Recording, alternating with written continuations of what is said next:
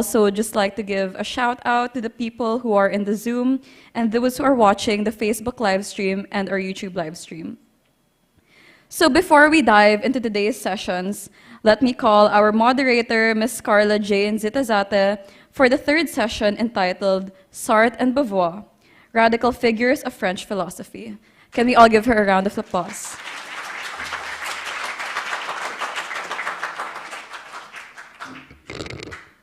Good morning, everyone. We will first welcome the first speaker for today's session. Mariela Ada Mancinido Bolaños teaches philosophy at the Department of Philosophy and the Graduate School of the University of Santo Tomas. She is also a member of the International Council of Philosophical Inquiry with Children, Federation of Australasian Philosophy and Schools Association, Simone de Beauvoir Society, and Women Doing Philosophy. Mariela has presented and published papers on feminism, particularly about the works of Simone de Beauvoir and Iris Marion Young. She has also presented and published papers on philosophy of education, philosophy for children, and philosophy of childhood. She has conducted philosophy for children and community of inquiry training programs and workshops for elementary and secondary school teachers. And she has also spearheaded an online community of philosophical inquiry with children ages 5 to 10. It is my honor to present to you our very own department chair, Professor Mariela Ada Mancinido Bolaños.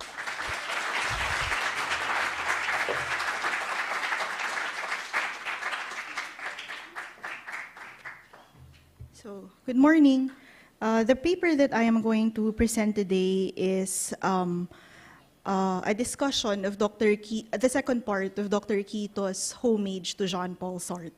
So the title of my paper is Situating Quito's Sartre. So quoting Dr. Quito, my justification at taking up the theme Sartre stems from my conviction that the true philosopher must uphold the purity of thought from whoever it emanates and at whatever price it may entail. So this is part of Dr. Quito's homage to Jean-Paul Sartre. Emerita Quito's homage to Jean-Paul Sartre was delivered during her inaugural and second lecture as Professorial Chair in Humanities on December 5, 1980 and March 6, 1981. These lectures focus on the underexplored themes found in Sartre's philosophy, his thoughts on Marxism and literature. In this paper, I will focus on the second part of her lecture, entitled His Literature as Philosophy. I will present Quito's discussion of Sartre's literature and my take on Sartre's essays on literature. Quito claims that until the 20th century, a clear, though undrawn line had separated literature and philosophy. The perception at that time was that philosophy is essentially argumentative and persuasive, while literature is essentially an art and an imitation of life. Quoting Stephen Ross, he says, "Art is art, and it cannot be expected to serve a philosophic purpose." Quito asserts that Sartre's literature can also be considered historical because it speaks of a certain epoch by writing a history and novel that concerns its historical background. For Quito, Sartre's literature introduces us to the world of paradoxes and complexities, wherein the characters seem to have only one aim, and that is to assert their freedom by doing the opposite of what they want, and in the process, they become sacrificial lambs on the altar of freedom. To understand his literature better, one must go back to his philosophy. And if one searches for practical examples of his philosophical ideas, one can turn to his literature, as themes in his literature are intertwined with his philosophy. Sartre's concept of freedom is discussed in Being and Nothingness, and it can also be seen as the major theme in his novels and plays. Jean Genet, Estelle, Garçon, Inés, Franz, and Roquentin are characters from his plays and novels who struggled with their freedom. Nausea, one of Sartre's novels, is a compilation of Anton Recontine's diary. Here one finds his struggle as an individual, searching for the meaning of his existence. Roquentin has been caught up with the past, believing that he has already achieved so much, only to realize later that he is still in search of something that he cannot even specify. When Sartre speaks of freedom, he addresses it as a freedom too. By this, we mean that there is already an assumption that each human being is gifted with freedom, and what is only left is to will oneself to practice one's freedom. For one to speak of action, one must also take into consideration the concept of intention. We may be capable of acting, but do we intend to act? In short, one may be capable of freedom, but will one intend to be free? It is freedom which is the foundation of all essences, since man reveals intramundane essences by surpassing the world towards his own possibilities. My freedom is perpetually in question in my being. It is not a quality added on or a property of my nature. It is the very stuff of my being. This is coming from Being and Nothingness, page 410. The above-mentioned quotation just shows us how each man contains an inherent freedom within them. It is the very essence of man, it is his very constitution, and yet for fear of not being accountable for his own freedom, man chooses to submit his freedom to another being. In most cases, man's consciousness of his freedom does not drive him back to his original state, but drives him further away from it. Another key term in man's search for his authentic existence is the concept of projection. This only happens when a being sees a possibility for itself. The recognition of one's freedom comes with anguish. Coming from Sartre's Pure Critical Theory, thus a person is most comprehensively understood in the terms of his or her particular basic project. My ultimate and initial project is always the outline of a solution. We are this solution and the project for itself of being in itself. Each human life is attempted solution to the paradox of being a free project to become a completed and lackless thing. Toward the end of the novel Nausea, Roquentin has experienced a reawakening. As have been mentioned, this was the moment when he came face to face with the problem of his existence and its meaning. His coming to terms with absurdity, his awareness of his superfluity, and symptoms of his anxiety were present. Quoting from Nausea, existence is not something which allows itself to be thought up from a distance. It has to invade you suddenly, pounce upon you, weigh heavily on your heart like a huge, motionless animal, or else there is nothing left at all. This is Roquentin's experience of emptiness and weariness after meeting with Annie, his love interest in the story. He has decided to abandon Beauville and permanently settle in Paris. If one would interpret this happening, it could be his desire to return to it in itself, to once again try to overcome his anxiety and assert his freedom. For a time in Beauville, he has been trapped by the assumed obligation, that is, to finish writing about Monsieur de Rollebon. Finally, when he has realized that it was something he can no longer do, he goes back to asserting his freedom at the same time that he has willed himself to project another becoming. In another entry, he narrates and reflects about the scene at the Café Mably, where other patrons were talking about their pasts. Roquentin reflects that they would like us to make believe that their past isn't wasted, that their memories have been condensed and gently transformed into wisdom. At this point, he is not making a criticism against the patrons. He was merely trying to relate their experiences with his, because for a moment he felt that his very own past and adventures have merited him some sense of wisdom, only to realize later that his own claim to wisdom is hollow. The truth suddenly dawns upon me, he said. This man is going to die before long. He was not pertaining to another person's death, but was merely speaking of his own fear to die and be forgotten by the people. When one encounters fear, one tries to set a certain illusion about it. In the case of Roquentin, he tries to rechannel it to what he supposed would happen to the other patron. The doctor would like to believe in it. He would like to shut his eyes to the unbearable reality that he is alone without an attainment, without any past, with a mind which is growing duller, a body which is disintegrating. This just speaks so much of his fear to die. This particular claim that he was speaking of is his own anxiousness is justified in another entry when he wrote a single line which states, "I must not be frightened." An existent can never justify the existence of another existent. This he says in relation to his desire to anchor his life with that of Annie's. With the reawakening comes his fervent understanding that he is solely responsible for himself and that no one should be held liable for whatever consequence he is to experience. He may have failed in his endeavors, and he might have blamed Annie and his society for such failures, but his realization towards the end has led him to his understanding of his own cause and freedom.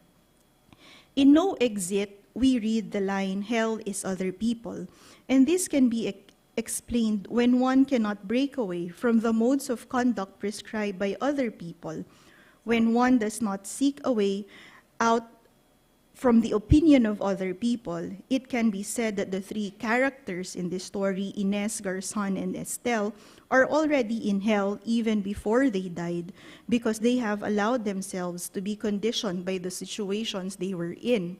In another short story written by Sartre entitled Intimacy, it's a story about Lulu who wanted to leave her husband, Henry, to join her lover, Pierre. But in the course of her realization, thinking about how other people would think about her and her husband, on the night when she was about to leave her husband and join her lover, she ended up deciding to come home to her husband. So, Sartre on literature. In his book, Between Existentialism and Marxism, Sartre discussed on the importance of literature and the components that one particular literature is bound to. He shows the struggles that writers encounter and the brief moment of relief when they experience once they are able to finish the work. I quote, "When one is writing works which are non-philosophical, while still ruminating on philosophy, as I have been doing for most of my time over the last 10 years, every page, every line suffers from hernia." This is in reference to the difficulty that he was experiencing every time he starts writing. He says, "What is primary is that I haven't written what I intend to write and what perhaps I will never write." According to Sartre, there is always something that one has to understand in each novel or work of literature that one encounters. In his yet unfinished work on Flaubert, Sartre wanted to analyze and show that literature is a pure art of deriving all its rules from its essences, conceals its author's commitment and his fiery opinions on every sort of subject, including social and political questions. Flaubert has been Sartre's personal favorite, but his attack on Madame Bovary was not just to merely show how good a writer Flaubert was. It must be understood that Sartre made use of literature to show its beauty and to somehow create an undertone of persistent issues that he wanted to discuss. And I quote, "I think it would be logical for people to accuse me of exaggerating its importance. The beauty of literature lies in its desire to be everything and not a sterile quest for beauty. Only a whole can be beautiful, and those who can't understand this, whatever may have said, have not attacked me in the name of art, but in the name of their particular commitment." Sartre was writing towards greater freedom. He emphasizes that the object of each novel should always be the human object, and that a novel becomes nothing without human significations. His works are concerned about his readership. his public, which is comprised of students, teachers, and people who love reading. This particular part can be found in his essay, For Whom Do We Write? He finds it honorable when the reader freely allows himself to be influenced by what he is reading. He says that he wanted to pass on something that he felt, something that he has experienced and thought of. In his work, Looser Winds is an actual representation of his experiences in the current state of French society, of the violence which tears individuals during that time. This was actually his critique of revolutionary violence. Sartre further notes that man lives in the midst of images. Literature offers him a critical image of himself. Literature becomes a man's critical mirror. It must be able to demonstrate and represent. This is when man is able to come face to face with the actual reality of his society. This is the very reason why Sartre has turned to literature. Literature for him has an absolute value. For instance, it can save man or simply change men. It can only be absolute when it is preserved in other people's memory, when it is integrated into the objective spirit. In his essay, What is Writing?, Sartre shows the distinction between the poet and the prose writer. For him, poets are men who refuse to utilize language. They consider words as things and not signs. He considers the poets to be outside of language. There is a separation between a word and the word and what it signifies. There is always more in phrase, in a verse. He distinguishes the prose writer as a man who makes use of words. In a prose, the word has a particular meaning at that particular moment. There is no meaning outside of it. It is what it is. Sartre also talks of the engaged writer who knows that words are actions. He is aware that to reveal is to change, and one can reveal only by planning change. In a sense, the engaged prose writer already has an intention to change something. They write something that is worth the trouble of being communicated. This leads him to his next essay, Why Write? He answers this by saying that to write is to disclose the world and to offer it as a task to the generosity of the reader. The role of the writer is to allow his or her reader to recreate and keep alive what he or she discloses. Sartre notes that there is no gloomy literature, because no matter how dark the literature may be, it is only so that free men may feel their freedom as they face it. Writing presupposes freedom on the part of the author and the reader, and once the work is done, the reader takes on the freedom of the author. The next essay is For Whom Does One Write? And to answer simply, one writes for all potential readers. However, the writer's public, according to Sartre, still remained strictly limited. One can say that literature remained to be elitist. He notes that the reader is considered the gentleman, which has a certain degree of censorship called taste. Now, to my conclusion, it is very difficult for one to distinguish literature and philosophy. Can we consider literary works with philosophical undertones to be philosophy? The works of Sartre is an exemption because the link between his literary works and philosophical works are explicit. His discussion of anguish, freedom, and bad faith in his novels and plays correspond to how he discussed his notions in his philosophical works. Literature for Sartre has been an instrument for him to stage and deliver his concepts about the state of politics. This describes how he was able to present his views on politics and philosophy through literature. Quoting Dr. Quito's conclusion, Jean-Paul Sartre is unique in the annals of literature and philosophy. He is not only a philosopher who dabbled in literature, nor only a man of letters who dabbled in philosophy.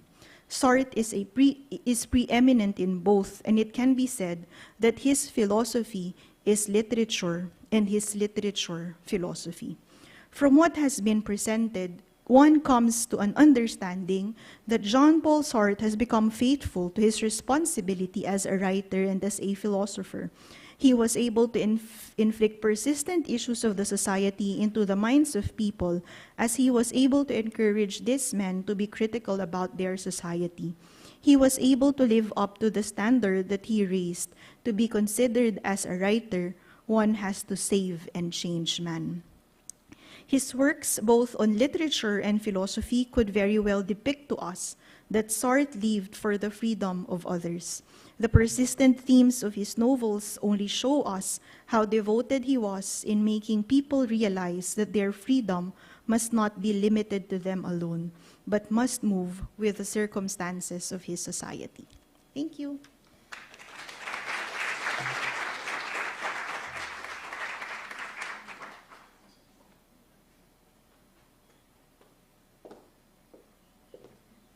Thank you very much, Doc Marella, for that insightful presentation. Now, we will proceed with our second speaker before we can accommodate any of your questions.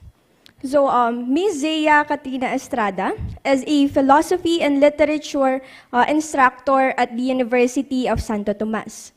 She has also a background in security and peace process and is currently taking a PhD in anthropology at the University of the Philippines, Diliman. She is focusing on development and political anthropology. Her research interests include the philosophies of Simone de Beauvoir and Edith Stein. And also, it is not included here, but I am extra pleased to introduce Ms. Zea since she is the first editor-in-chief of Talisik. So let's welcome Ms. Zea Katrina Estrada with her presentation entitled Freedom and Responsibility in Simone de Beauvoir's Ethics of Ambiguity. Ms. Zea.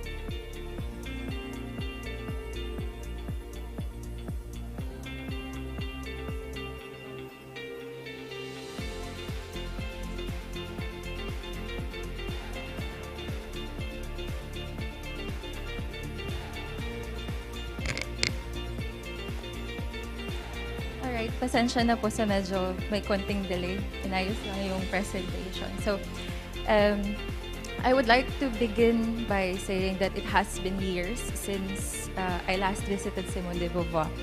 And except whenever I would be given advicees who study her, and that would be the only time that I would revisit Simone de Beauvoir and actually, think about her thoughts.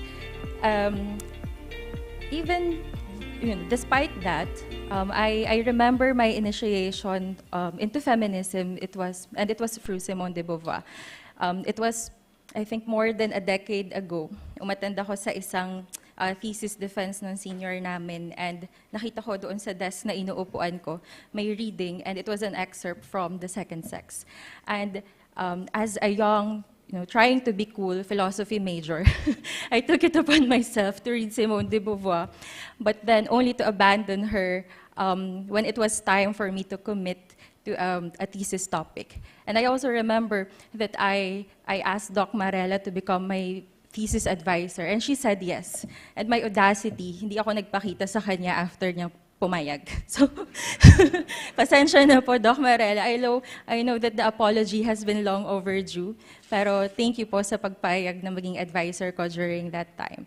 And so, like you, and especially to those of us who are being acquainted to Simone de Beauvoir now or through the symposium, or yung hindi mga masyadong kilala si Simone de Beauvoir, We are not going to talk about her feminism in this discussion kasi alam ko yun yung palagi nating, pag naririnig natin yung Simone de Beauvoir, laging feminism, it's always about the second sex. And so I would like to give credit where credit is due and talk about ethics of ambiguity. So ito kasi yung masasabi natin na springboard ni Simone de Beauvoir when she wrote the second sex. So, despite the usual remark that it is, or Simone de Beauvoir's ethics is just patterned after Jean-Paul Sartre, and as earlier, if you listen to Doc Marella's presentation, she also touched on the topic of freedom. So, malamang kilala nyo na or alam nyo na yung freedom ni Sartre. I would like to say, as early as now, that Beauvoir's ethics, freedom, and responsibility, she took it a notch higher than Sartre. And in Ethics of Ambiguity, she offers an optimistic but still full of complaints approach to existence, though that's not necessarily a bad thing, although I think it's because of her being French. That's a cliche, of course. And so, next slide, please. All right, so this is the outline. So, who is Simone de Beauvoir? Kaunting chika, tungkol kung sino man si Simone de Beauvoir. And then we go to ethics of ambiguity, freedom and oppression, responsibility, and lastly, bakit kailangan nating bisitahin ulit si Simone de Beauvoir along with the other French philosophers na pinag-usapan dito sa symposium na ito. Okay, next slide. So, ayan. So, ito si Simone de Beauvoir. Sa mga hindi nakakilala or pamilyar sa kanyang itsura, maganda siya, di ba? So, ayan. But besides her physical beauty, her mind is also beautiful. So, she was born January 9, 1908, and died a day before Sartre's 6-year death anniversary. So, Sartre died April 15, and according to some of her interviews, she mentioned na her only consolation was that she lived longer than Sartre. And if you know, kasi lagi nga siyang sinasabihan, di ba, na yung kanyang filosofiya ay sabihin natin patterned lang kay Sartre. So, consolation ngayon na mas mahaba yung kanyang buhay ng 6 na taon kay Sartre. But then, even in death or after death, magkasama pa rin sila kasi yung kanilang libingan, kung familiar kayo doon, magkasama sila, yung kanilang puntod. And so, de Beauvoir was an existentialist, as we all know. She was also a feminist activist, and before writing The Second Sex, as I mentioned earlier, she wrote The Ethics of Ambiguity, which somehow served as her springboard, doon sa kanyang famous argument na one is not born, but rather becomes a woman. So, okay, next slide. All right, so ethics of ambiguity. Following Sartre's lead, de Beauvoir articulates man's freedom that stems from one's ontological status of nothingness. Existence precedes essence, the existentialists say, meaning we do not have a preconceived essence. Palagi ko, lahat naman tayo ay familiar na doon sa ganung kasabihan. Everything one is a matter of choice. The ambiguity arises from the notion that man is both subject and object, fundamentally free and confined to the world, which Simone de Beauvoir and also Sartre calls as facticity. According to de Beauvoir, man, Sartre tells us, is a being who makes himself a lack of being in order that there might be being. That means, first of all, that his passion is not inflicted upon him from without. He chooses it. With the social construction comes an inherent ambiguity that accompanies the process of becoming. This ambiguity stems from the multiple ways identity is constructed, specifically through volition and culture. An important question to ask when considering how our identities are constructed is to what extent we have agency. But what is ambiguity? Next slide. All right. So ambiguity is the human condition we find ourselves in because we are caught between our freedom, subjectivity, transcendence, facticity, and situatedness. I am a subject for myself, but I am an object for others. That's our ambiguity. To be human means to have the dual condition of both being free and situated. But what does this mean? At each moment of our lives, we are between a multitude of dualities. We are both mind and matter. We are sovereign individuals, yet we also have commitments to our groups, to the societies that we belong to our nation. We are the product of our random luck as well as our agency. And one of the most crucial tensions for de Beauvoir is the one between what she calls facticity and transcendence. Our facticity is the inescapable facts of our situation, kagaya nung edad natin, yung kung saan pamilya man tayo nanggaling, no, kasama na din doon na balang araw lahat tayo ay mamamatay. That's our facticity. We cannot escape those things. Our transcendence is what we're capable of becoming through our free will. Facticity is what is, transcendence is what is possible.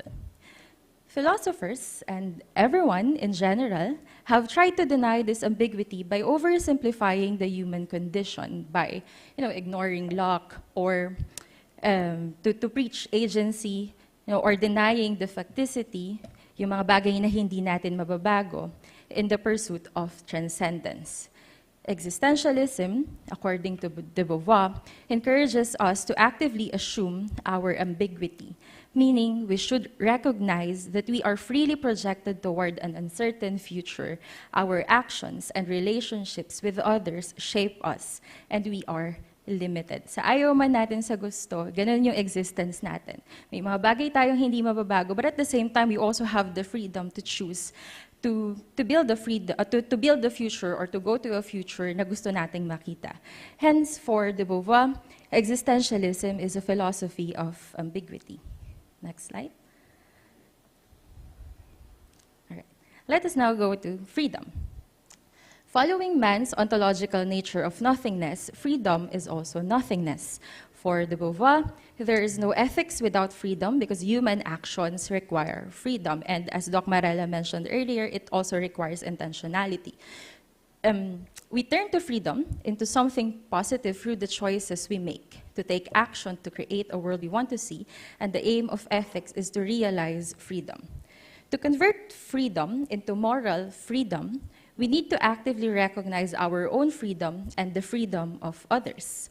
If we refuse to recognize our freedom, we fall into bad faith, as Sartre says. Second, we assume freedom through positive and constructive movement by freeing oneself and others. Hindi lang yung sarili natin yung pinapalaya natin, dapat yung ibang tao din. And third, we also need to assume freedom by negative movement through rejection of oppression, both of oneself and others. Freedom comes in trying to be free and accepting that this journey is freedom. Freedom is the process, not the outcome. Kagaya nung kasabihan natin na mas mahalaga yung paglalakbay kaysa sa destinasyon. Ganun din daw yung freedom, according to Simone de Beauvoir.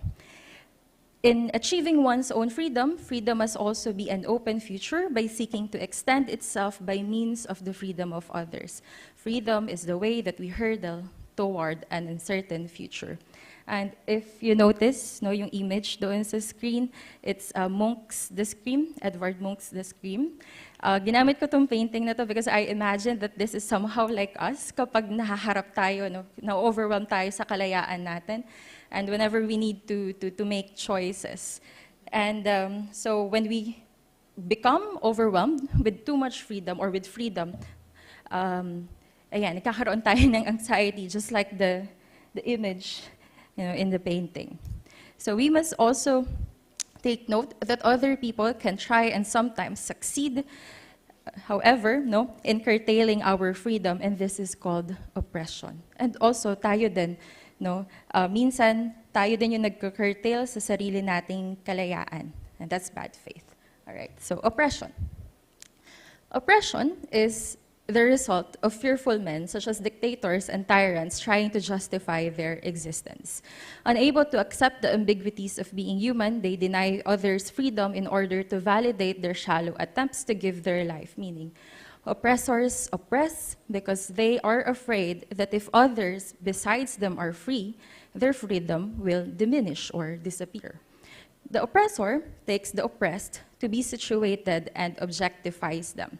The oppressor denies the oppressed from participating freely in their future or their transcendence. The reason these attempts are shallow is because they cannot embrace the transitory nature of existence.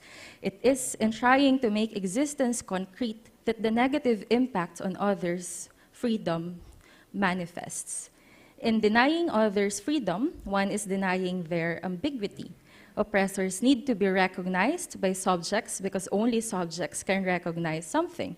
However, the oppressed are objectified by the oppressors. So how can they recognize the oppressors? So the oppressor is also denied of their human ambiguity by overlooking their own facticity and by wanting to be recognized by the oppressed, whose freedom and subjectivity are being denied. Hence, for de Beauvoir, oppression is self-contradictory. And we might be thinking, why don't we free ourselves from oppression if we have freedom? Diba? Bakit hindi na lang tayo manlaban? Ba't hindi tayo kumawala sa pang-aapi sa atin?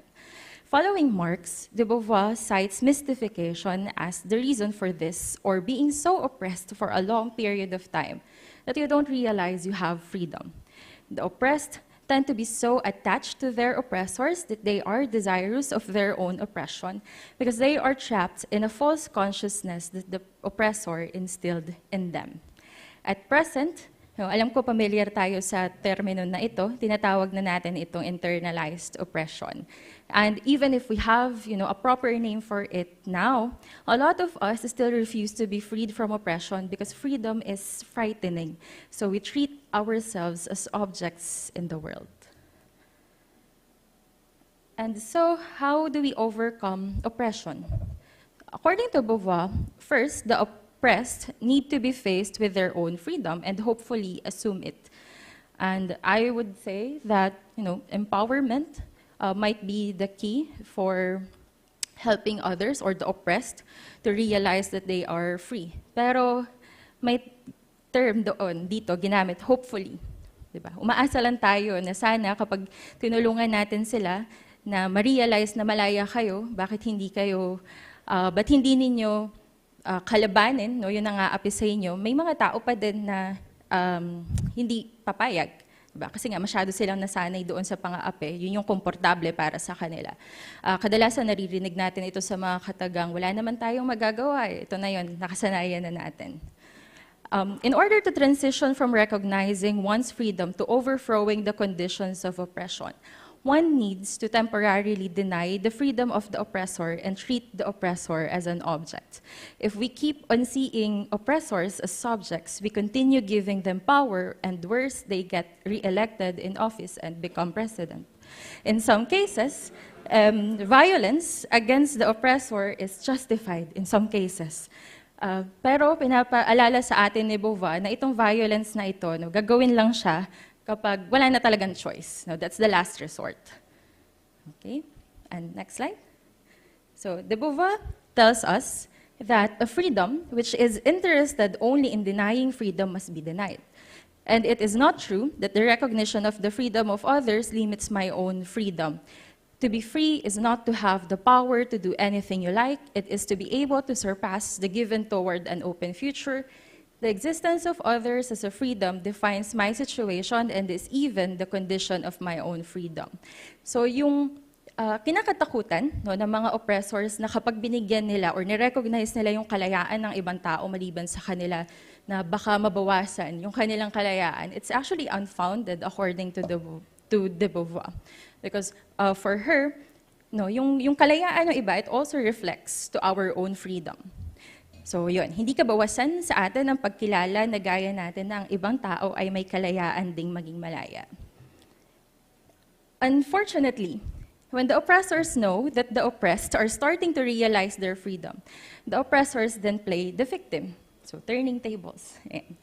For de Beauvoir, our goal is to encourage conversion among oppressors to recognize the freedom of the oppressed and also their own ambiguity. Yet again, violence is the last resort. So for those who strive to free other people, again, ang sinabi ni de Beauvoir na hindi violence ang sagot kaagad. It's the last resort. We should also try to maybe hope, no, that the oppressors would somehow change their minds and recognize other people's freedom. Pero kung hindi talaga, kung ayaw talaga nila magbago, gamitan na daw ng violence. But in some cases, okay lang yun. Sabi ni de Beauvoir, hindi ako. Okay. Sorry, next slide. Okay. Now, if we were to ask de Beauvoir how to live in ambiguity, she would say there is no fixed recipe. Okay. Malamang tinatanong ninyo, sige, kung hindi natin gagamitan kaagad ng violence, ano yung gagawin natin? No, para matigil na itong pang-aapi na to. Walang fixed recipe, walang fixed na sagot, sorry. Binigay si de Beauvoir. It is our responsibility to try and find out for ourselves. Besides, prescribing one recipe or one maybe map or rule would also undermine our freedom. When we flee from our freedom or deny our freedom, we flee or deny our moral responsibility as well. This may leave us uneasy about how we should live our lives. Nakakatakot naman talaga, di ba? Kapag hindi mo sigurado kung ano yung gagawin mo. Sabi lang ni de Beauvoir, maging malaya. Piliin natin maging malaya, maging mapagpalaya. Pero paano? Ba? Parang nakakatakot yun, baka magkamali ako. So, ang sinasabi niya ni de Beauvoir sa atin, or paalala sa atin ni de Beauvoir, okay lang yun, okay lang maging anxious, no? Kasi it's a sign na hindi ka pa diktador, hindi ka pa tyrant, hindi ka mapang-api. Kasi kine-question mo yung sarili mo, na kung tama ba yung ginagawa mo. So, according to de Beauvoir, morality resides in the painfulness of an indefinite questioning. To that end, we must constantly question our actions. Am I really working for the liberation of men? Isn't this end contested by the sacrifices for which I aim at? What distinguishes the tyrant from the man of goodwill is that the first rests in the certainty of his aims, whereas the second keeps asking himself. So, mahalagang magtanong. Sabi nga ni Susan Roses, huwag mahihiyang magtanong. Rightness and goodness aren't objective constructs that, once attained, we achieve forever. No, hindi porke naging tama ka sa isang bagay, sa isang desisyon na ginawa mo, hindi forever, no, na palagi kang tama. It's a constant practice. They do not exist independently in nature. They are concepts that evolve with the rest of it with us. And so we must always evaluate our actions in light of the new knowledge and understanding we acquire along the way. Kailangan nag-evolve din tayo. No? There are no perfect answers to ethical questions. We cannot be free without the freedom of others. Focus on people and be honest. Live authentic lives. If we are to be authentic in the world, we must believe the same thing for others that we believe for ourselves. Our greatest imperative is to create our life's own meaning while protecting the freedom of others to do the same. And finally, we must also admit to humility. No one knows it all or has the perfect understanding of everything. Parang mamaya, kung halimbawa magtatanong kayo kung ano ba yung dapat nating gawin, halimbawa tinanong niyo yun sa akin, hindi ko rin alam po ano isasagot ko sa inyo. Kasi walang may-ari, no, ng lahat ng knowledge sa mundo. Hindi natin alam kung ano yung mangyayari paglabas natin dito or kada sitwasyon na kakaharapin ng bawat isa sa atin. But, just the reminder is to always practice freedom and also protect others' freedom as well.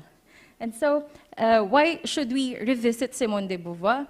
Kasi besides her feminist philosophy, which most of us here know, de Beauvoir's work has been expanded to explore other ways of othering, such as those dealing with economic identity, racial identity, and of course, sexual identity. Madalas yung sexual identity yung nagiging topic, no, especially when it's related to Simone de Beauvoir. And all of these, things are under or kinds of structural violence. And the ethics of ambiguity also provides us with an optimistic and less individualist undertaking of freedom and responsibility. And while I was actually rereading itong ethics of ambiguity for this presentation, I was reminded of Paulo Freire, The Pedagogy of the Oppressed. Although The Pedagogy of the Oppressed was published in the 1970s, no, medyo may hawig dito sa kung ano yung sinasabi ni Simone de Beauvoir. So maybe it's, instead of doing your work on Freire, baka makonsider nyo rin si Simone de Beauvoir when you do your thesis, no? Lalo na kung gusto ninyong pag-usapan yung may kinalaman sa structural violence. So, yeah. And to end, next slide, please. Despite everything, yung mga pang-aapi na nakikita natin sa paligid, the oppression that we somehow experience ourselves personally and societally, bakit marami pa rin sa atin ang hindi sumusuko at pinipiling lumaban kahit na, diba, nahihirapan tayo? So,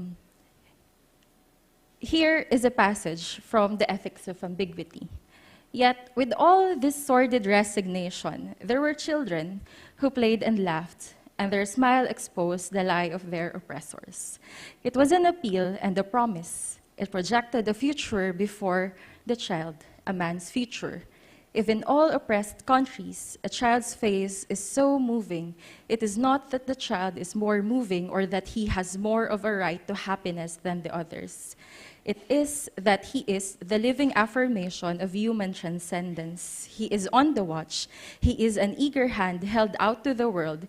He is a hope, a project. And it is this that tyranny can never fully eliminate. Sa huli, sinasabi sa atin ni Simone de Beauvoir na nakakatakot mang mabuhay sa mundo na puno ng pang-aapi at walang kasiguraduhan ng kinabukasan. Responsibilidad nating piliin ang mabuhay ng malaya, mapagpalaya at may pag-asa. Na ang mga bagay na pinipili at pinupursige natin ay hindi lamang para sa paglaya ng ating mga sarili dahil ang kalayaan ng iba ay refleksyon ng kung hanggang saan lang din ang ating kalayaan. Dahil ang paglaya ay hindi isang destinasyon, kung hindi isang paglalakbay. And that's it. Thank you very much.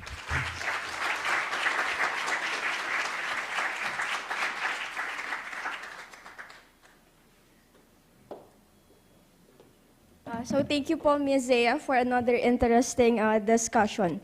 So at this point, we can now accommodate your comments and questions regarding our presentations.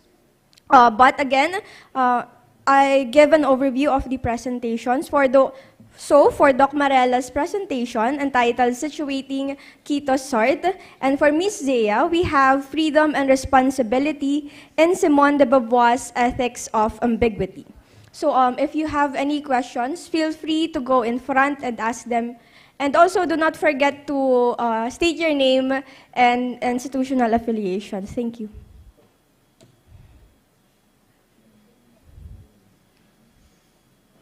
Hello. So, good morning, everyone. I am Miguel Marna from here in UST, an undergraduate student. And my question is directed to Ms. Zea on her discussion of freedom and responsibility with regard to Simone de Beauvoir. So my question is, I was really interested with your discussion on mystification and how long-term and institutionalized oppression has left people to not recognize their own freedom, and you call us to empower people to recognize and to cognize their own freedom.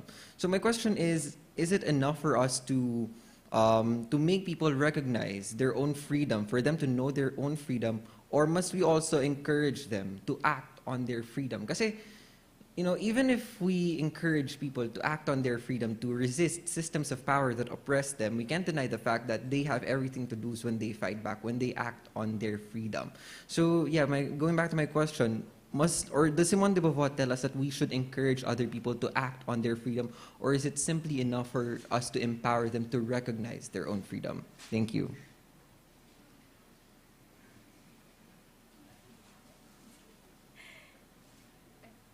Ano nga ulit ang pangalan mo? Miguel. Salamat, Miguel, sa tanong mo. So you're asking whether Simone de Beauvoir tells us that people, should also be encouraged to act on fighting their oppressors. Yes, Simone de Beauvoir tells us na ganoon din, and I actually agree with her. No, pero kagaya nga na nabanggit ko kanina, minsan kahit na in-encourage na natin yung ibang tao, kahit na sinasabihan natin na ito yung kanilang mga karapatan, may mga pagkakataon pa rin na hindi nila ina-exercise yun. So, yeah. But I would say personally na as long as we do that, I mean, encouraging them or letting them know about their rights, na may karapatan sila maging malaya, we've already done our job. It's up to them to use their freedom kung pipiliin ba nilang maging malaya or hindi.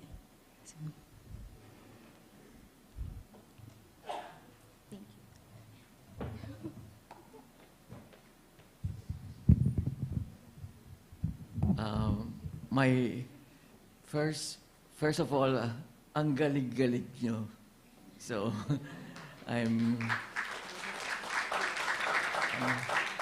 my question is with Marela, Dr. Bolaños. I want to ask, yung freedom ba ni yung freedom ni Sartre is absolute. Kasi sa kanyang being and nothingness, yung ontology of being and nothingness. Incidentally, this book has the most comprehensive title kasi being na in-include pa yung nothingness. So it's a book that includes everything, being and nothingness. So, yung in itself and for itself, yung pour soi and en soi, no? Yung consciousness always pierces, it's a whole in being.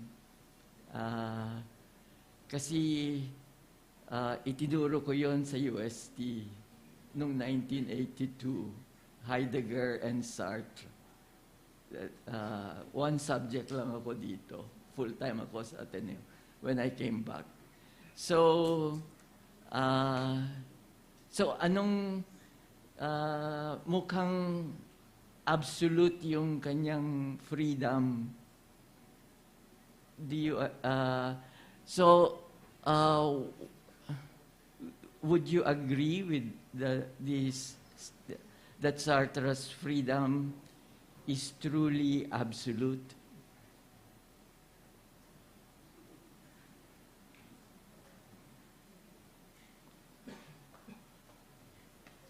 Thank you for the question, Doc Lee. Actually, I'm trying to figure it in my head and go back to what was said in Being and Nothingness. But I think I would have to agree with you that Sartre's take on freedom is absolute. Mm-hmm.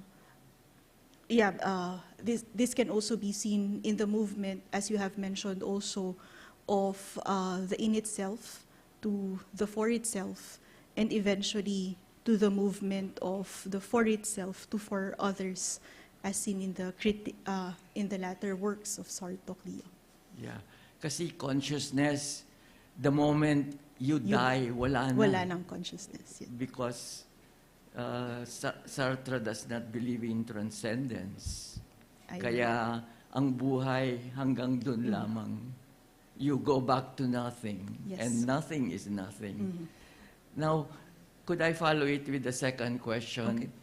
Okay. They had, Simone de Beauvoir and Sartre had an open relationship.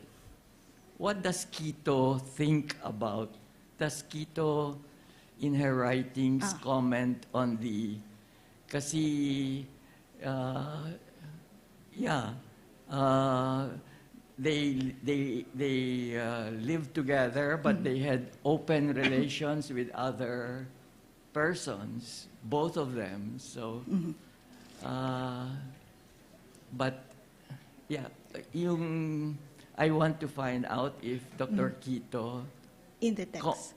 commented in her writings on the relation between Sartre and... Actually, Doc Leo, from the text that I've read, Dr. Quito did not mention Sartre's relationship with Simone de Beauvoir.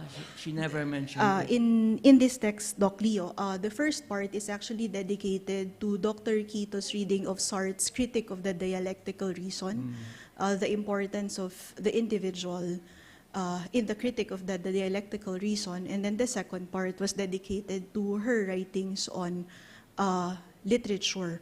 So I've not encountered yet, Doc Leo, Yeah, a yeah, work it would be written. interesting Yes, kasi opo. this was, she's one of the, she's ahead actually. That would be interesting if in her writings she commented on the, yeah, like on Simone de Beauvoir's position, with how the, of course she had other relations too, but I think I remember when she threw a rose in Sartre's during Sartre's funeral. She gave an expression that she really loved him. So parang masakit yun para sa babae, no? Yung mas masakit yata yung relations. I mean, I think we are still thinking in that way that the man could play around, but the woman cannot play around. Parang, but she did play around. I mean, she had other relations, but I think she was she was more intelligent than Sartre. Yes, I mean, absolutely. she had perspicacity. Yung, pero, so yun lang. Thank you, Doc Leo.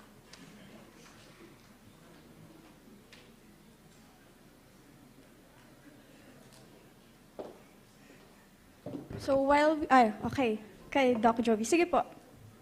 Okay lang po.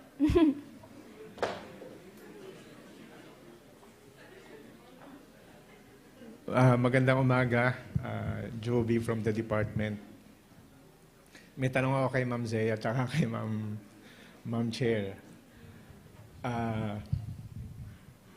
Pero bago yung tanong, may trivia. Oo.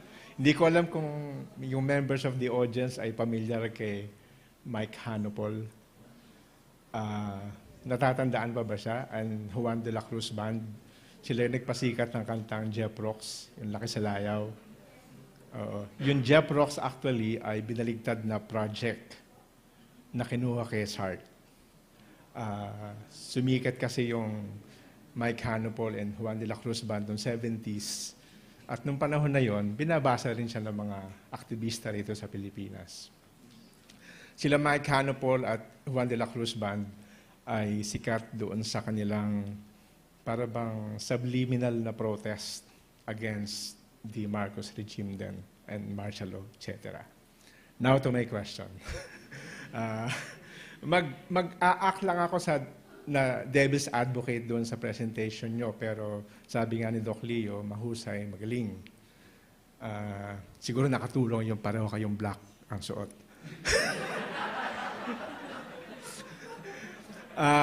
Ang tanong ko, hindi ba mas nag-i-encourage yung theories ni Sartre at saka ni Simone de Beauvoir ng oppression? Kung sabihin, halimbawa ako, kung sabihin ko na ang pinagmumula natin lagi naman talaga ay wala. At darating yung isang tao na itago natin sa pangalang Junior. So, kung wala ka, o kung wala kayo, huwag kayong mag-alala. Ako ang magpupuno niyan. Yung pangarap nyo, pangarap ko rin. Sa proclamation ko, isasama ko sa speech ko yun, sabi ni Junior. Balikan nyo yung proclamation speech na doon yun.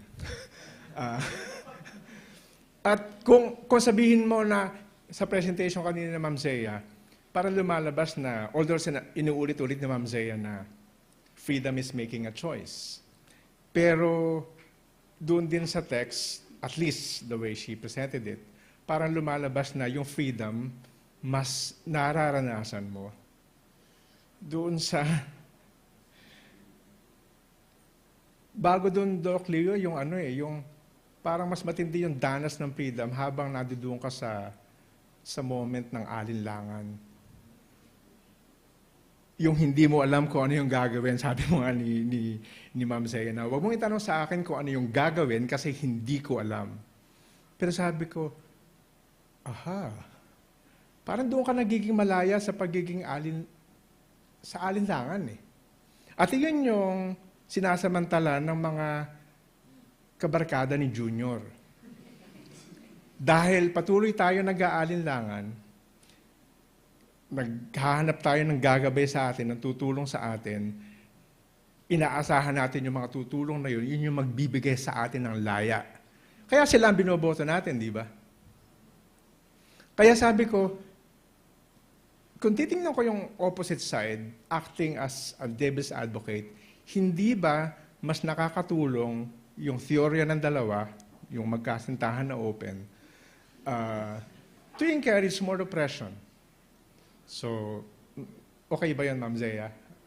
Okay, salamat.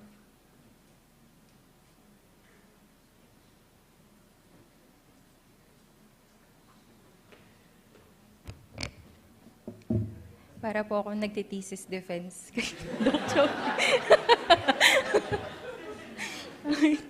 Ay, bago ko po sagutin yung tanong ni Doc Jovi, magko-komento po ako doon kanina sa discussion ni Doc Marela at ni Doc Leo tungkol doon sa open relationship nila, Beauvoir at ni Sartre. Actually, di ba si Sartre ay nag-propose kay Simone de Beauvoir, but then Beauvoir, she rejected it kasi sabi niya yung marriage, the institution of marriage ay nakakapigil nga sa freedom. And so they just opted for an open relationship because according to Beauvoir, we are proclaiming about freedom. But why are we going to get married only to be, in chains sa pagiging kasal? Pero maraming mga nagsulat din ng article na yung affairs ni Simone de Beauvoir in the long run ay parang reaction na lang din sa mga affairs din ni Sartre. Anyway, going to Doc Jovi's question about doon sa mas malaya daw kapag hindi tayo nagko-commit. Ang sinasabi ni Beauvoir at saka ni Sartre, kapag hindi tayo nag-commit, mas takot tayo. So hindi din talaga tayo malaya. And actually, may pinrepare akong sagot doon. Parang na-imagine ko nang maitatanong siya. So, babasahin ko po yung aking sinulat dito. It's about the authenticity, living an authentic life. So, authenticity, sabi ni Sartre, consists in having a true and lucid consciousness of the situation, in assuming the responsibilities and risks it involves, in accepting it, sometimes in horror and hate. Okay lang matakot, pero kailangan mo pa rin magdesisyon. Kasi kapag hindi ka magdedesisyon, habang buhay ka mananatili sa takot na yan. At kapag takot ka, hindi ka malaya. So sabi, but the authentic individual will be the one who takes up the terrifying freedom of being the ultimate source of values, embraces it, and acts with a clarity and firmness suitable to his or her best understanding of what is right in this context. In this way, the conception of authenticity is continuous with the ideal of being true to ourselves. We are called upon to become, in our concrete lives, what we already are in the ontological structure of our being. So kapag kasi nanatili tayo na oppress, hindi natin ma-achieve yung pagiging authentic. Hindi tayo mabubuhay, hindi tayo magkakaroon ng authentic lives. And at the same time, we are being objectified. So kapag objectified ka, hindi mo mararating yung transcendence mo. And what the oppressor wants then, kasi nga ang gusto ng oppressor is to be recognized, and only subjects can recognize something. But since the oppressors are, oppressing us, sabihin natin, and we are objects, hindi natin magagawa yung pag-recognize sa kanila. So, again, it's an irony. Diba? Kasi paano nga makaka-recognize tayo na ino-objectify? So, hindi rin makukuha ng oppressor yung ninanais nila na recognition from us because they are treating us as objects.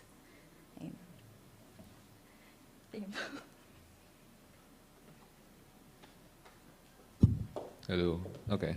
Wait lang, I think may before I entertain your question, I'm sorry, pero may mga nakapila kasing questions right now. So, Mr. Siya po muna uunahin natin and then followed by the question from Zoom and JAG. Thank you. Magandang umaga po. Ako po si Father Chris. Ang tanong ko po kay Ma'am Zea ulit. Tungkol ito sa idea ng kalayaan, opresyon, diktatorya, at kasiguruhan. Okay.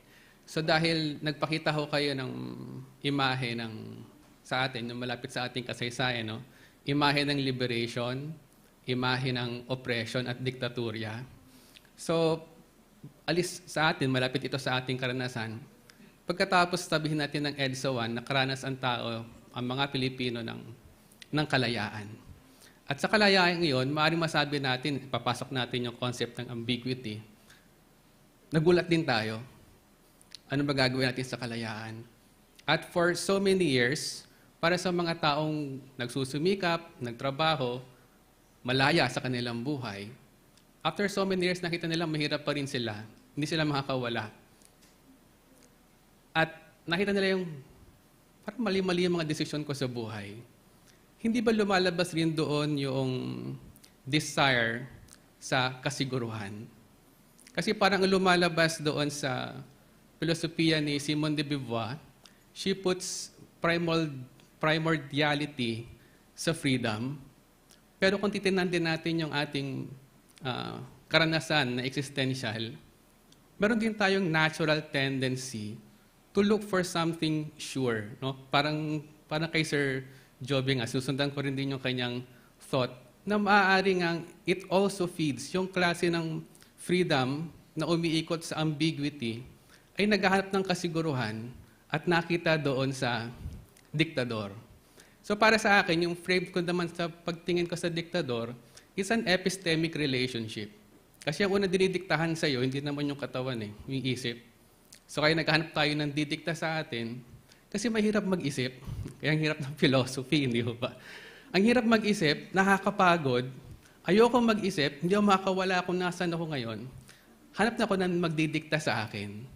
Kasi yung magdidikta sa akin, in a way, sure siya. No? So naghahanap ka rin ng epistemic relationship sa ibang tao upang ikaw rin ay magkaroon ng kasiguruhan sa iyong sarili.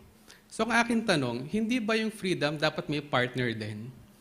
Kung lalagay mo siyang freedom as a primordial part of our existence or constitution o ano pa man, ng kondisyon ng ating existence, hindi ba yung paghahanap ng kasiguruhan na makikita sa being ay bahagi rin, napakalagang bahagi ng kondisyon natin bilang isang tao?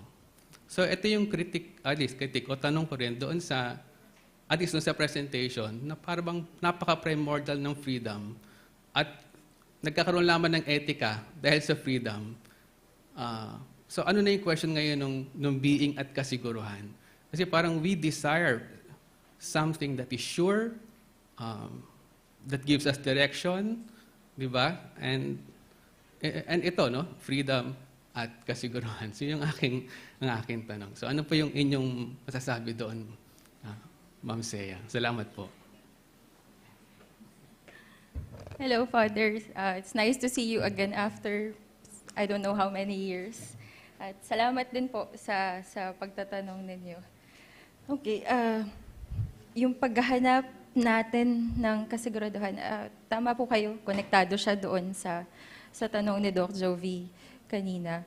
At tayo bilang mga tao, kung tama yung pagkakaintindi ko doon sa tanong ninyo, no, nahahanap natin yung kasiguraduhan na yun sa mga nang-aapi sa atin. At that's part of our ambiguity, actually. Diba? Kasi nga nakakatakot na mag-isip, nakakatakot yung walang kasiguraduhan. Kaya kanina yung ginamit kong litrato ay yung sa The Scream ni Edward Munch. Pero tinatanong nyo din yung tungkol sa responsibility. Kanina nabanggit ko doon sa presentation yung tungkol sa pagtatanong. Kasi yung freedom, kagaya nung sinabi ninyo kanina na pagkatapos nung EDSA 1, sabihin natin na naging malaya tayo. Tinatanong ko rin yun kagabi nung tinatapos ko itong presentation na ito. Na, oo nga, naging malaya tayo pagkatapos nung EDSA 1. Pero ano nangyari? Pinili pa rin natin ulit, no? Yung yung mang-aapi sa atin. And so we are, again, shall we say, oppressed. Sabi ni de Beauvoir, at nabanggit ko po kanina ito, yun, tanungin natin yung sarili natin sa bawat ginagawa natin, depende sa konteksto. At yung pagsulong kasi sa freedom, hindi porke nakamit mo siya ngayon, ay panghabang buhay mo na siyang panghahawakan. Yung freedom, maaari ring mawala yun sa atin, no? Depende sa mga desisyon natin sa buhay, depende sa konteksto. It's a case-to-case basis. At sinasabi din sa atin ni Beauvoir na kapag nagbigay siya sa atin ng set of rules or ng mga desisyon na dapat nating tahakin sa buhay, it would also curtail, it would also become oppressive to us. Kasi hindi niya tayo binibigyan ng freedom na gawin kung ano yung sa tingin nating tama, depende sa sitwasyon. So, yun. Hindi ko siya masasagot na meron tayong, kagaya ng sinasabi ni Beauvoir, na meron tayo dapat naggawain. Because each of us here, we have different experiences. We encounter different situations. And kung titingnan din natin yung sa buong bansa, no, magkaiba din syempre yung individual experiences natin and the nation as a whole. So, maganda rin sigurong tignan yun, no? Kung magkakaroon ng mga iba pang pag-aaral tungkol sa freedom and responsibility ni de Beauvoir, kung paano konektado yung individual choices natin to the collective. Ayan. So, yun po.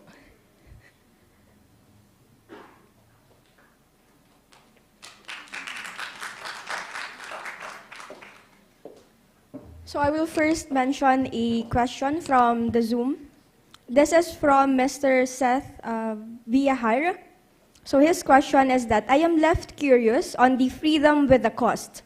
Freedom does have a cost, but what if that freedom starts to write you in pain, but nurtures those around you? Is it now called freedom if you are willingly suffering for the betterment of others? I think this question is addressed to both speakers po.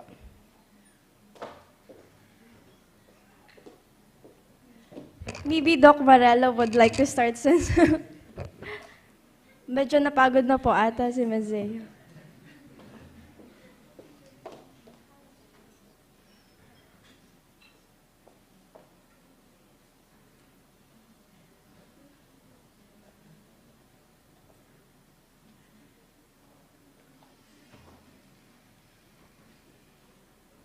Okay, so, hi Seth.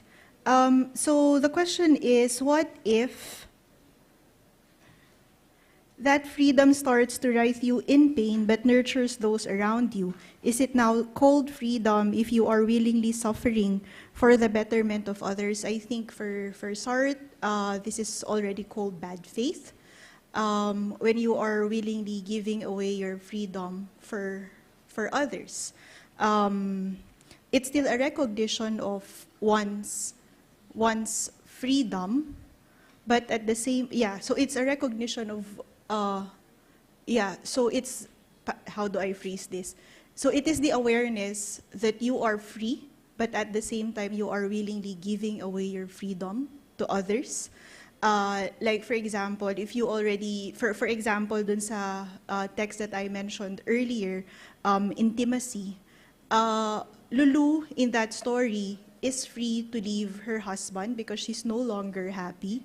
But the situations, for example, how her husband would feel when she leaves him, made her go back to the husband. So that is the recognition that she is free to leave the husband. But at the same time, she was also conscious about how that situation will affect the husband. So she ended up going back to her husband. So that could be an example of what the, so that's an example of the question. No? What if freedom is already causing you suffering? Just to address the question raised by Doc Jovi earlier on oppression, of course, when we read the philosophical texts of Sartre, it somehow empowers you to move away from oppression, especially when he starts talking about the concept of will and anxiety and all that. But personally, the weird thing there is that when you are reading the literature, the literary works of Sartre, Doc Jovi's question is that it encourages oppression. When you read the novels written by Sartre, you are moved by it in such a way that you are being enveloped by the kind of oppression that the characters are feeling. So your feeling with the characters makes you want to feel that same emotion that the characters are feeling. At least that was how I felt when I was reading the novels of Sartre when I was younger. And then for Doc Leo mentioned about the pain of Simone de Beauvoir, or the pain of the woman in that situation. I remember the novel, Simone de Beauvoir's novel, She Came to Stay, where I think it's a fictionalized account of Sartre's relationship with Olga. And towards the end of the novel, you will really feel the pain and the anger of Simone de Beauvoir towards the relationship that Sartre had with Olga. Ayun po. Ay, Doc Leo? Thank you.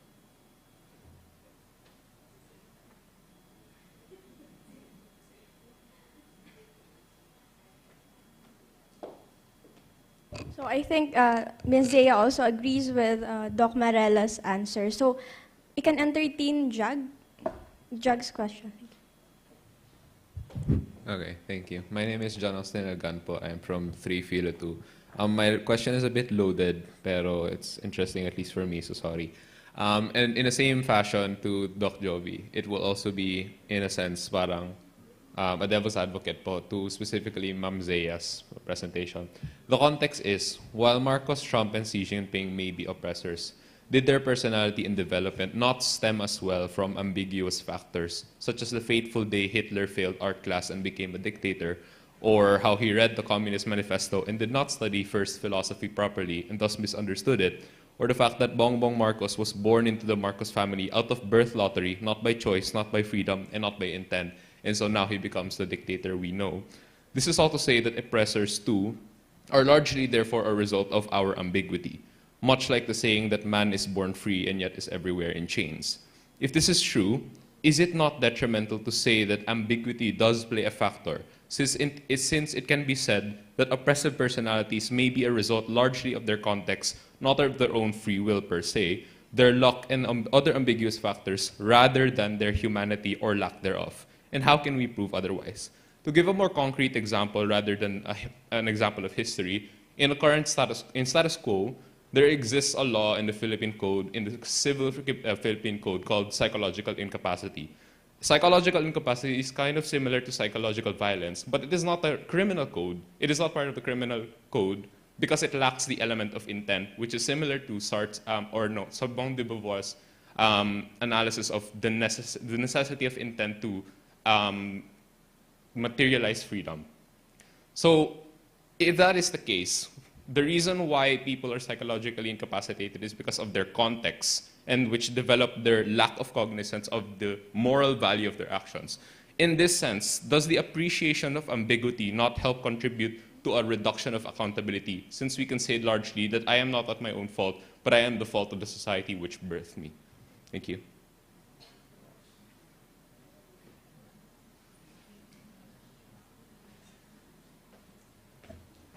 Thank you, Jad. First, I would say that your question, especially when you talked about in psychological incapacity, already assumes that the examples that you gave, Xi Jinping, Bongbong Marcos, are psychologically incapacitated, which, of course, we don't have a proof. Diba? And I would agree with you that, yes, of course, they also have their facticity, that they were born into, whatever family they were born into. But your question somehow left out freedom. Hindi mo sinama yung freedom na, sige, pinanganak sila sa ganitong pamilya, lumaki sila, okay. Pero may choice din naman si Bongbong Marcos na hindi tumakbo sa pagka-presidente, pero ginawa niya. Diba? So, can we say that we are somehow mitigating their responsibility or yung culpability. I don't want to say culpability kasi karapatan niya naman tumakbo, pero syempre when we are going to consider, his past cases which would should have invalidated him from running, may choice siya eh. Pero ba't hindi niya ginawa yung kabaligtaran kung ano yung mga pinili niya? And so, responsibility pa rin nila kung ano man yung mga magiging consequences ng kanilang mga action. So it's always, kaya nga siya ambiguous. Palaging magkasama yun, the facticity and yung transcendence. And they chose to be oppressors. So we could hold them accountable for that.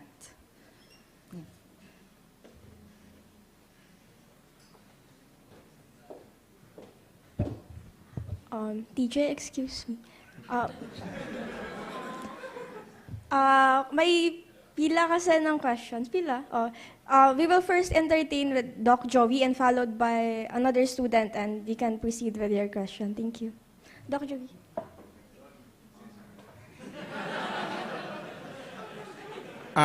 Ano lang ito, follow-up lang ito. Pasensya ka na, Zea, ha? Pero this is actually more of a reaction, siyempre sa iyo kasi ikaw nag-present, but also to Simone de Beauvoir. Gusto ko lang kasing kanina I was saying na I would act as a devil's advocate. Kasi parang gusto ko lang i-pursue yung tanong na binabanggit mo kanina na choice is an expression of freedom. And thus our way out of ambiguity. Sabi ko, parang problematic nga yun dahil choice does not cancel ambiguity. Choice does not automatically make us free. Kasi minsan, yung mga choices natin, yun yung nagiging sumisikil sa atin. Yun yung nagpaparusa sa atin. It heightens the unfreedom, it heightens the ambiguity. Kaya sabi ko, pag binalorize natin yung choice, saying na, pumili ka lang, magiging malaya ka. Yun yung sinasabi kong ginagamit ng mga oppressors and would-be oppressors nung ginamit mo nga mga litrato nila kanina. Sasabihin lang nila, piliin nyo kami. Kasi we are your ticket out of this ambiguity. Pero yun nga, come to think of it, yung mga jowa ninyo, sila yung dahilan bakit kayo unfree ngayon, di ba? Kung bakit ambiguous yung buhay ninyo, di ba? Yung pinili nyong kurso,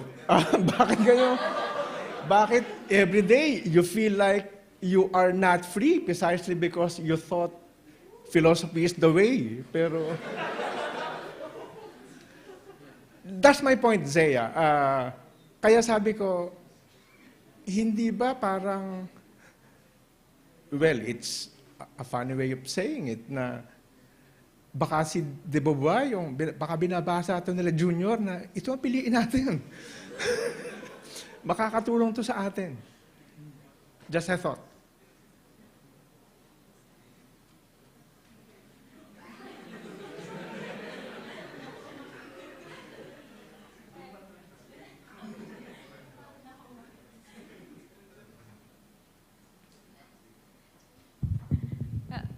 I would agree with Sir. Hindi ko dinedepensahan si Simone de Beauvoir. There's actually a lot of criticisms about her conceptions about freedom, responsibility, and so on. Ang sinasabi niya lang, tama naman yun. Mahalaga lang pumili. Kasi ang sabi niya, at doon nabanggit ko din sa presentation kanina, yung pagpili naman is nakadepende siya doon sa kung ano yung alam natin tungkol sa isang specific na sitwasyon. It doesn't mean na kapag pumili ka ngayon, kailangan panindigan mo na siya habang buhay or hindi ka pa pwedeng magsisi doon sa pinili mo. No? Sinasabi din ni Simone de Beauvoir sa atin na, okay, sige, maaaring pumili ka ngayon, masaya ka, feeling mo ito yung tama because you are only presented with limited facts or information about your choice. But then maybe in the future, kapag mas naliwanagan ka na doon sa pinili mo, pwede namang magbago yung decision mo. Pwede kang magsisi bakit mo binoto si Junior kasi hindi pa 20 pesos yung bigas. Okay lang yun. And when you realize that kind of thing, you are once again presented another situation where you can perhaps rectify your earlier, now wrongful decision. So, yung pagdedesisyon, hindi siya yung katapusan.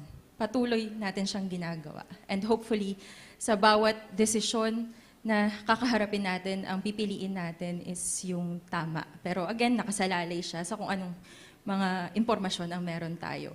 Kaya I think, syempre yung ginawa nila Junior noong eleksyon na nagpakalat sila ng maraming fake news, it already impaired our decision making. Kasi kasinungalingan yung binigay nila sa atin eh. And by that, ang natanggap natin na impormasyon ay kasinungalingan. Paano tayo ngayon makakagawa ng isang desisyon na tama? Diba? When, how do you say this? The information that we have been, full of lies. So, obviously, magiging desisyon natin ay mali din. Kaya, yun actually yung sinusulat ko pong paper para sa RCCA. Pwedeng dugtungan. Pwedeng dugtungan lang ng konti. Kasi yung mukhang mali yung tinatanong. Ang buhay ba, tanungin natin ang sarili natin, nabubuhay ba tayo para sa mabuti o para gumawa ng mali? Kasi yung na-impress ako dun kay yung last photo mo, yung mga bata. Kasi nandito yung the youth, yung kabataan. At ang buhay ay parating nagsisimula. Ang akala natin nung 1970, 1980 na natapos na, hindi pagkatapos ng botohan na pwede nang matulog ang mga tao na sila na ang gagawa ng kabutihan. Dapat lahat tayo, kaya tayo nag-aaral, yun ang ibig sabihin ng ethical. Yung buhay ay para sa kabutihan. At parati tayong nag-uumpisa, kaya yung nag-umpisa noon nung 1970s, 1960s pa, namatay na. Kaya dapat mag-umpisa tayo. Parating umpisa. Kasi ang filosofiya is always incomplete. Hindi solusyon ang filosofiya.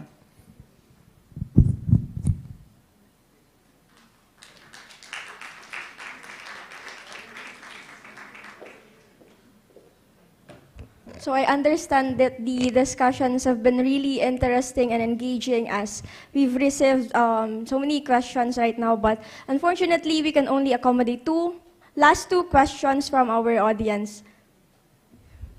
Thank you. Yes, good morning. I'm John De Lazaro, fourth-year student of philosophy in UST. And actually, I have a question for each of them. Although my question for Ma'am Marela is, I missed the lecture. Literal, kakarating ko lang, kakabukas ko ng pintuan, inaayos niya laptop ni Ma'am Zea. So, hula-hula na lang siguro yung tanong ko mamaya. Pero unahin ko na lang po yung tanong kay Ma'am Zea. At sa mukhang we hate de Beauvoir Day ngayon, mukhang ganun din po muna yung magiging direction ko. Isang uri ng kritisismo. Biro lang ho yung hate de Beauvoir. One of my questions is that regarding even the possibility of even ridding ourselves of the oppression. And perhaps we tend to think that it's choice that allows us to perhaps reach a better state, to perhaps transcend the current boundaries that we have, the conceptual boundaries that we have, cultural, traditional, belief-based boundaries that we have. However, maybe it is the prioritization, or one of the previous questioners said, the primordiality of choice that leads to more oppression. And I situate this point of mine in her challenging of heteronormativity, in that the more that I try to understand de Beauvoir's idea of her challenge to heteronormativity, the more that I see that it's not as clear as it can be, and that the more that we tend to use de Beauvoir's thinking, there might come a time that, okay, we challenge heteronormativity, but we might transition to hetero-homonormativity, in that there's this tendency that, like for example, how many steps more is needed before de Beauvoir becomes Judith Butler? How many more steps is there before we reach the certain challenging of heteronormativity that Judith Butler has? I'm not really too sure if I'm not sure, because once we reach the state of a Judith Butler style challenging of heteronormativity, everything oppresses us now. Everything, literally everything, because the very fact that there are norms that exist, whatever it is, heteronormativity, homonormativity, hetero-homonormativity, everything becomes an oppressive factor. We might never reach a state where we can challenge oppression, because oppression becomes a facticity. Oppression becomes facticity. And that's one of the things that I wanted to ask you. Yes. Thank you. John Dale. Yeah.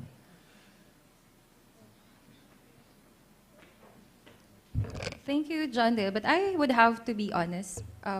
I wouldn't know how to answer your question because, firstly, de Beauvoir did not use those terms. Yeah. And Beauvoir came first, bago si Judith Butler.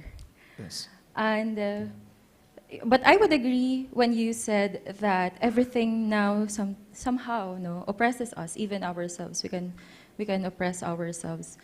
I don't know how to answer your question, but I would like to suggest that if you, I don't know, maybe you're in your third year, maybe for your thesis, you could do that as your study, and then give me whatever you find. I would be interested to read your thesis. May assignment na ako. Yes, thank you. Yes. Okay. Patungkol naman po sa hula-hulang tanong ko po kay Ma'am Marela, dahil late nga ako. Nabalitaan ko lang ho sa mga classmate ko na parang pinapag-usapan yung unang-una, understanding ni Kito pagdating sa Philosophie ni Sartre, at saka yung intersection point ng literatura at filosofiya. At yung detalye, yun nga lang yung problema, absent ako. Pero gusto ko na po sanang maitanong na meron, halimbawa ho, i-situate ho natin sarili natin sa proyekto ni Kito. I-enliven yung kamalayan at ating pagsisiyasat, pag-iisip, pagsusuri. Paggamit ng ating mga kokote, kumbaga bilang mga Pilipino na may tradisyon at may mga sarili tayong mga kayamanan, conceptual na kayamanan, traditional na kayamanan, na yun nga lang, hindi natin nailalabas sa mundo. Pero patungkol naman ho sa kay Kito, manais ko pong itanong sa inyo, ano ko bang pananaw niyo dun sa masasabi ko na hanggang sa anong punto magagamit yung approach or quote-unquote atheistic existentialism ni Sartre dito sa pag-unawa sa sarili nating mga kaisipan dito sa Pilipinas. Kasi halimbawa ho, talagang hinahamon ho ni Sartre yung en soi. Hinahamon ho niya yung lugar ng en soi sa ating pamilosopiya, dahil hanggang walang en soi, wala kang marating na transcendence. Dahil nga existence precedes essence. Existence precedes existence. Yun nga lang ho, pagdating sa mga kaisipan sa Pilipinas, paano na ho yun? Para sa mga uri ng kaisipan sa Pilipinas, na kumakalaban kay Sartre, hindi naman literal na kinalaban nila, pero pwede natin ipagtunggali, ipagtambal, at may makita na kung ano man yung pinupunto ni Sartre, na kapag hindi natin lalampasan ng en soi, wala tayong marating na pour autrui, or being for the other, para naman sa ilang kaisipan sa Pilipinas, yun ang kabaliktaran. Nasa pamamagitan ng pagbalik sa answa, meron tayong okay, or being for the others. Baka yun nga ho yung baka paano na ho yun? Paano po magagamit halimbawa yun sa framework ng Philosophie Pilipino? Actually, yeah. So first you mentioned about Sartre's atheism, and Dr. Quito actually has a different interpretation on that. And let me read to you the passage. Kasi it's very easy, no? When you try to look back at the life of Sartre, he was in a very complicated situation that led him to being an atheist. But yeah, so the reader cannot help detecting from the above a tinge of emotion rather than the philosophical variety of atheism. At least Sartre considered God important enough to devote them to prove his non-existence. Other philosophers ignored God completely. One theologian considered Sartre anti-theist rather than atheist. Not infrequently, Sartre takes the trouble to deny the existence of God and to attempt to disprove it. And whoever does so has by so much departed from atheism and entered into anti-theism. The same theologian considered Martin Heidegger, a German existentialist, on the other hand, as the example of the absolute atheist, because Heidegger completely ignored God. To him, the idea of God is not worthy of discussion because it does not make sense in the first place. My own assessment of, this is still Dr. Quito, my own assessment of Sartre's anti-theism is based on history. Having gone through the ugly war in Europe, Sartre must have found God's existence irreconcilable with the welter of human misery and suffering. So the end part here is that her point is not to censure or defend Sartre for his atheism and anti-theism. It was his conviction. My point is to show that his literature stemmed from his philosophical convictions. Literature was made the vehicle of his philosophical ideas. Ayan. So that's coming from Dr. Quito herself, right? So she doesn't consider Sartre as an atheist, but an anti-theist because Jean-Paul Sartre still acknowledges the existence of a God and still discusses the idea of a God in his writings, unlike other philosophers who denied yung kahit discussion ng God in their other writings. Okay, that's an interesting point. Yes. May follow-up po akong punto pero yung oras na nakain ko na ho. Okay. Maraming salamat ho.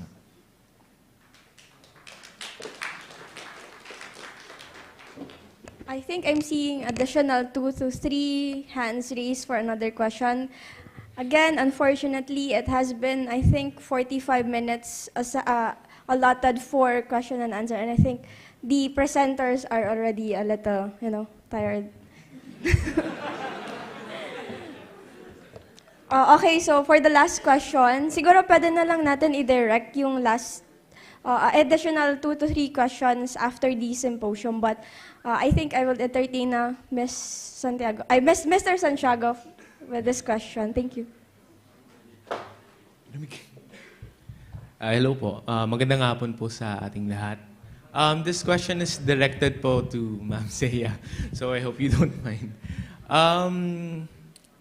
My question is, how can those who are oppressed deny the freedom of their oppressors when they are unaware of their oppression in the first place?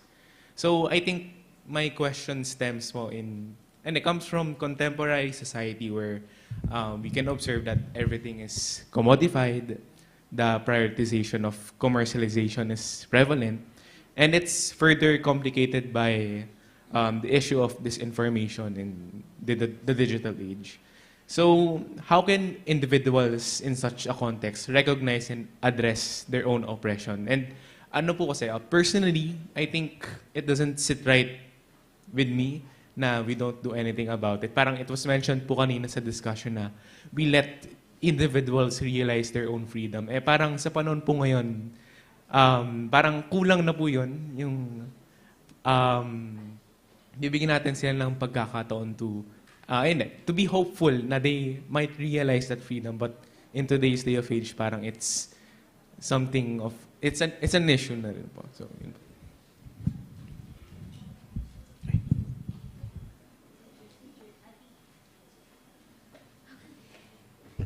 Thank you, TJ. I don't mind the question. So, I agree with you. It's actually bothering na walang sinabi si Beauvoir na ano yung maaari nating gawain para ma-realize natin yung ating oppression or at least ng ibang tao. And so I would answer you from a personal point of view. Ako palagi kong sinasabi, kapag sa mga klase, halimbawa may mga estudyante na nagtatanong, ano yung sa kabila ng mga pinag-aaralan natin sa Philosophia, hanggang dito na lang ba tayo? Okay, maganda, alam natin kung ano yung ating mga karapatan, yung mga karapatang pantao, kasi may pribilehiyo tayo. And it's nice that we actually recognize our privileges. I would always say na, ano yung magagawa natin para itong pribilehiyo na ine-enjoy natin ngayon ay hindi lang tayo yung makaka-enjoy. So, I would recommend, to talk to other people, breaking the culture of silence. I really like that term from Freire. Kasi kapag nakipag-usap tayo sa iba, syempre nalalaman natin kung ano yung kanilang pinagdadaanan. At wag lang natin kakausapin yung sa tingin natin ay kapareho natin ng estado sa buhay. Kasi kadalasan ganun yung nangyayari. Na tayo na may mga ganitong pribilehiyo, tayo lang din yung nag-uusap. Itong symposium na ito, yung mga attendees dito, malamang pag-uwi natin, may uuwian tayong komportableng bahay. Hindi tayo mahihirapang magbiyahe o kaya hindi na natin iisipin kung ano yung kakainin natin para sa kinabukasan. Maliban sa atin dito, paglabas ba natin sa symposium na to, paano natin mailalapit yung mga natutunan natin kina Simone de Beauvoir, kina Sartre, sa mga tao na hindi nakapag-aral, kagaya natin. So, kausapin natin sila. Hindi naman natin sila kakausapin na, uy, kilala mo ba si Simone de Beauvoir? Kasi hindi nila ma-appreciate yun. Diba? I actually remember, yung tanong din ni Dr. Hornedo sa klase naming tungkol kay Sartre bago siya mamatay. How are you going to teach Sartre to fishermen? Kasi diba, taga-Batanes si Dr. Hornedo. Hindi ko na maalala kung ano yung sagot niya. Pero the fact that that question remained in my mind, it has been boggling me. And so, yun, una, makipag-usap tayo. Yun yung naiisip ko, na makipag-usap tayo sa mga tao. At kapag nalaman natin kung ano yung pinagdadaanan nila, na malamang iba, sa experiences natin sa buhay, isipan natin ng paraan. May magagawa ba tayo para makatulong sa kanila? Maaari tayo mag-organisa?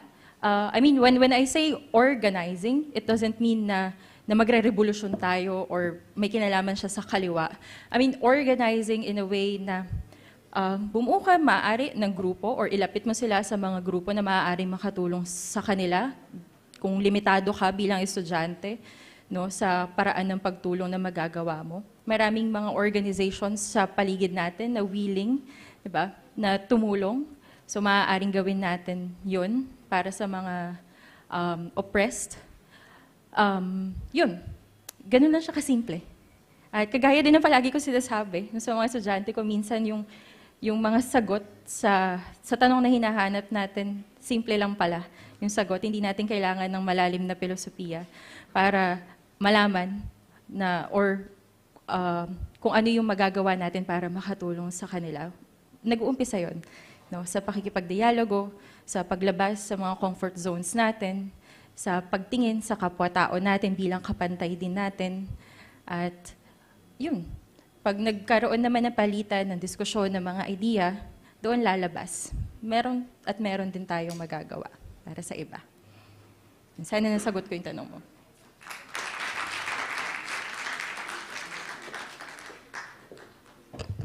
Again, we thank you for your questions and participations. And we apologize if we have to cut the question and answer portion shortly. So I would like to call Ms. Bea de la Cruz for the presentation of the Certificate of Appreciation to our speakers. Thank you.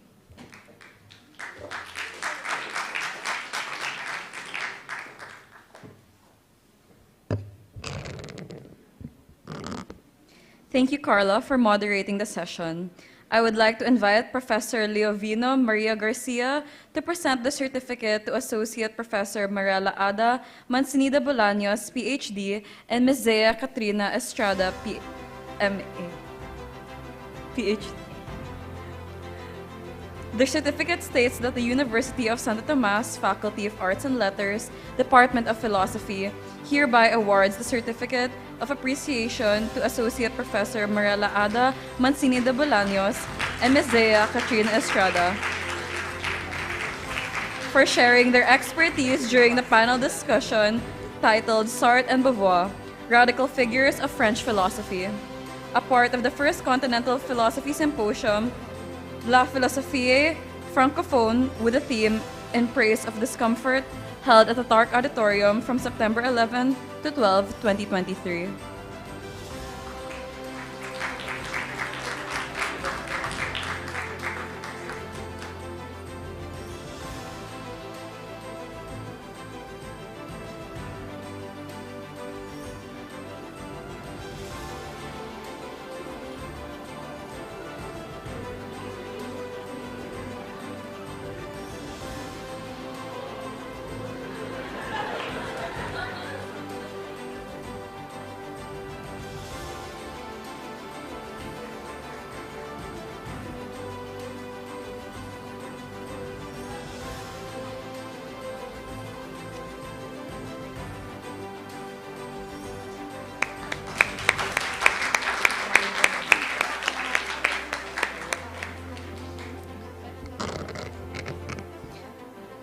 Thank you, Doc Marela and Ma'am Zea, for your fascinating insights on Sartre and Beauvoir. In the lens of Beauvoir, with the future constantly seeming daunting to us, especially those who are currently facing uncertain circumstances, may we remain ethically and morally right in the future that we hold with our own hands. Without further ado, I think it is now time for lunch, so please be back by 12:30 for the fourth session. Thank you and have a good lunch.